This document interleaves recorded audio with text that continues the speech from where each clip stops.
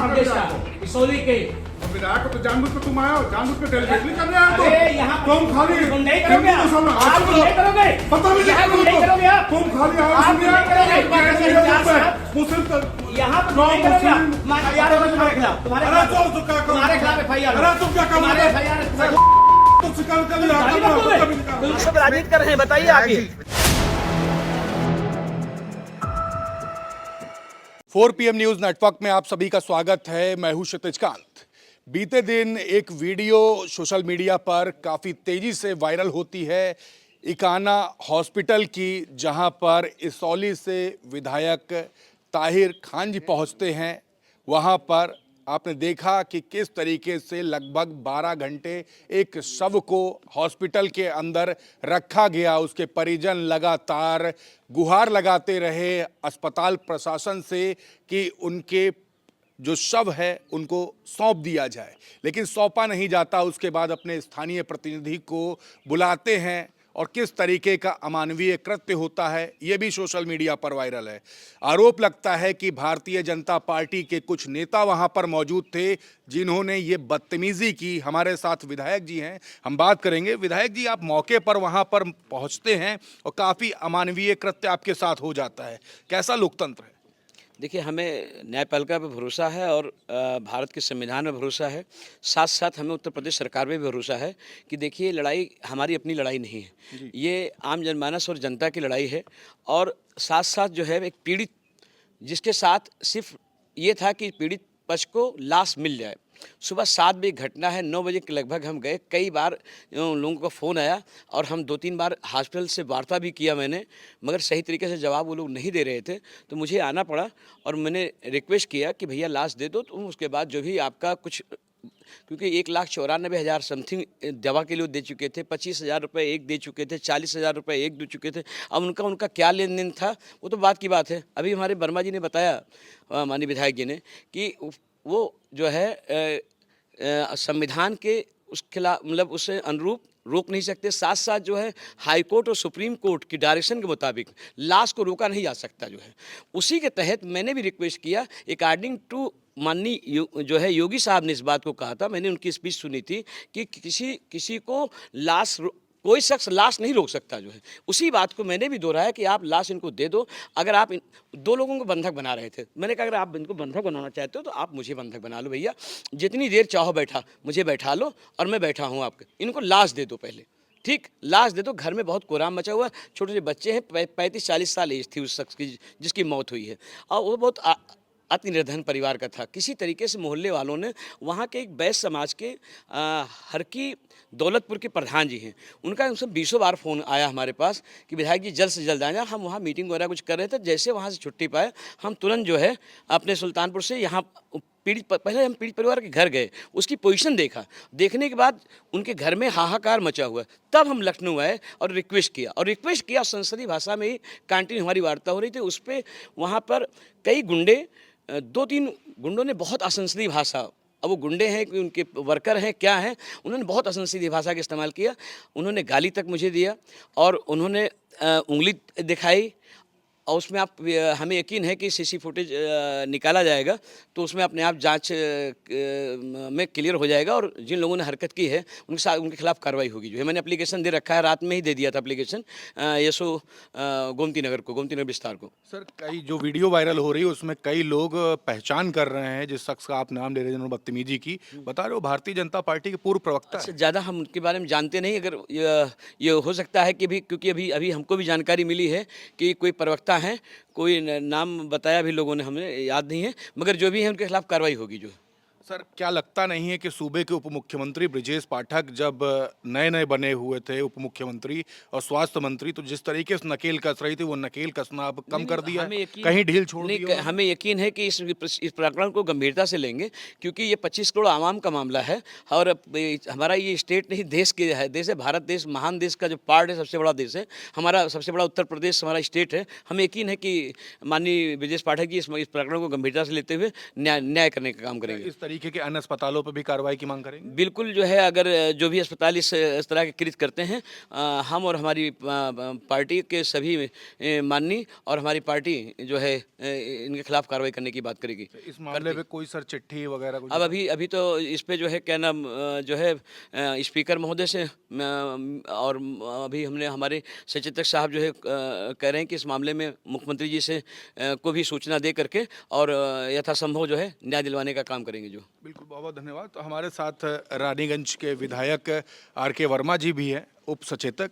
आपने चिट्ठी भी लिखी है और साथ में समझा भी दिया है एसएचओ को जो कानून कहता है। वो क्या कानून है जिनको मानने से इनकार किया जा रहा है? देखिए, किसी भी अस्पताल का यह कृत्य वो अमानवीय है और आपराधिक कृत्य है। कोई भी अस्पताल मरीज की मौत हो जाने के बाद उसकी डेड बॉडी को बिल की वसूली के लिए नहीं रोक सकता है। जो भारत सरकार की जो हेल्थ मिनिस्ट्री है उसके भी इंस्ट्रक्शन है, मेडिकल काउंसिल ऑफ इंडिया का भी इंस्ट्रक्शन है कि अस्पताल में मरीज की मौत हो जाने के बाद शव को परिजनों को सौंप दिया जाना ही अस्पताल का कर्तव्य है। जो अस्पताल अपने कर्तव्यों का निर्वहन नहीं करेगा उसका मेडिकल लाइसेंस निरस्त कर दिया जाएगा और सुसंगत धाराओं में मुकदमा दर्ज होगा। इलाहाबाद हाई कोर्ट और सुप्रीम कोर्ट का भी कहना है, इलाहाबाद हाई कोर्ट ने स्पष्ट कहा कि dead body is not a property that can not be use for the recovery of the bill. अगर कोई अस्पताल ये कृत्य करता है, ऐसी दृष्टता करता है, तो उसके खिलाफ आईपीसी 297, आईपीसी 341, आईपीसी 342 जो आज की बीएनएस है, सुसंगत धाराओं में अभियोग पंजीकृत होगा और उसमें जुर्माने के साथ 1 वर्ष का कारावास होगा और उसका मेडिकल लाइसेंस निरस्त होने का प्रावधान है। तो निश्चित रूप से इस तरीके से ये कोई अकेली घटना नहीं है। बीइंग ए डॉक्टर मैं बता रहा हूँ, मैं भी डॉक्टर हूँ, लेकिन इस तरीके का कृत्य वो अमानवीय है, अवैधानिक है और कहीं ना कहीं जो बड़े अस्पताल, कॉरपोरेट टाइप के अस्पताल, कॉरपोरेट हॉस्पिटल हैं, ये मनमानी करते हैं। यहाँ तक कि कई बार मैं एक जनप्रतिनिधि होने के नाते बता रहा हूँ कि बहुत बार सूचना मिलती है कि मौत कई घंटे पहले हो गई, लेकिन परिजनों को तब तक नहीं बताया जाता जब तक कि बिल की वसूली नहीं हो जाती। और अगर किन्हीं परिस्थितियों में अवगत भी करा दिया गया या परिजनों को पता चल गया तो डेड बॉडी को नहीं दिया जाता जब तक कि बिल की वसूली नहीं करते। लोग रात भर कई दिन डेड बॉडी को रखवा लेते हैं। तो यह कृत्य अपराध की श्रेणी में आता है और मैं तो ये कहूँगा कि पहले सरकार उस इकाना हॉस्पिटल के जो मेडिकल इस्टेब्लिशमेंट एक्ट है उसके तहत उसके नॉर्म्स को पूरे किए हैं कि नहीं किए हैं, एलडीए के जो नॉर्म्स हैं बिल्डिंग बनाने के अस्पताल के उसके नॉर्म्स पूरे हैं कि नहीं हैं, और जो एमसीआई की गाइडलाइन है, जो न्यायालय के आदेश हैं, जो संविधान के आर्टिकल 21 की अवहेलना है, इसका परीक्षण करा करके सरकार इन पर कार्रवाई करे। ऐसे लोगों के खिलाफ जिन्होंने माननीय विधायक इसौली ताहिर खान साहब के ऊपर एक तरीके से हमला किया, दुर्व्यवहार उनके साथ किया, वो तो जनता की मदद के लिए गए थे ना। हम जनप्रतिनिधि जनता की मदद के लिए ही तो हैं। लेकिन अस्पताल की ये गुंडागर्दी, अस्पताल ने जिस तरीके से गुंडे पाले थे तथा कथित वो भारतीय जनता पार्टी के नेता भी कहे जाते हैं, आज क्या है मैं नहीं जानता हूँ, लेकिन इसमें अपराध दोनों पर बनता है, ऐसे गुंडों पर भी बनता है और अस्पताल पर भी बनता है। दोनों के खिलाफ अभियोग पंजीकृत करा करके कार्रवाई होनी चाहिए। मैं प्रमुख सचिव हेल्थ से भी मैं बात करूंगा, मुख्यमंत्री जी के भी संज्ञान में दूंगा और विधानसभा अध्यक्ष जी से भी इस घटना का परीक्षण विधानसभा की कमेटी से कराकर उनके खिलाफ कार्रवाई कराने की बात करूंगा। सर, क्या इस पे किसी कानून की भी मांग करें कि इस पे कानून बने, क्योंकि ये कृत्य कई बार सामने आए? नहीं, ये इस पर कानून बनाने की जरूरत नहीं है, कानून ऑलरेडी है, केवल कानून का इम्प्लीमेंटेशन नहीं हो रहा है। अभी मैंने थाना प्रभारी से वहाँ से बात किया, उनको खुद भी कोई जानकारी नहीं थी।